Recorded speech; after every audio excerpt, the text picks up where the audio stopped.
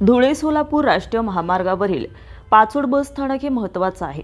या ठिकाणाहून दररोज 200 ते 250 अधिक प्रवासी बसने प्रवास करतात। या ठिकाणाहून सर्व बस थांबा घेतात, मात्र काही बस कंडक्टर मुजोरी करत पाचोड येथून काही विद्यार्थी आणि प्रवाशांना आढळून थांबा घेत नाहीत।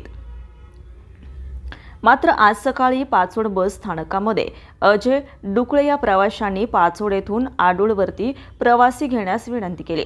यावेळी एका महिला बस कंडक्टरने नकार दिला। यावेळी प्रवाशांमध्ये आणि कंडक्टरमध्ये बाचाबाची झाली। मात्र बाचाबाचीमध्ये स्वरूपी थेट हाणामारी झाल्याचं दृश्य समोर आलंय।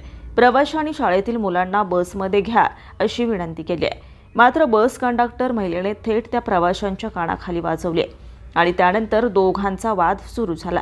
सदरील प्रकरणी पाचोड पोलीस ठाण्यामध्ये दोन्ही गट दाखल झाले असून एकमेकांविरुद्ध गुन्हे दाखल करण्याची प्रक्रिया सुरू आहे। मात्र सदरील हाणामारीचा व्हिडिओ समोर आला असून प्रचंड व्हायरल होतोय। सूर्यवार्ता न्यूज चॅनलसाठी ब्युरो रिपोर्ट, छत्रपती संभाजीनगर। नवीन घडामोडी आणि ताज्या बातम्या आणि अपडेट्स लवकरात लवकर पाहण्यासाठी आजच आपल्या सूर्यवार्ता न्यूज चॅनलला लाईक करा, सबस्क्राइब करा आणि बेल आयकॉन प्रेस करा आणि शेअर करायला अजिबात विसरू नका। धन्यवाद।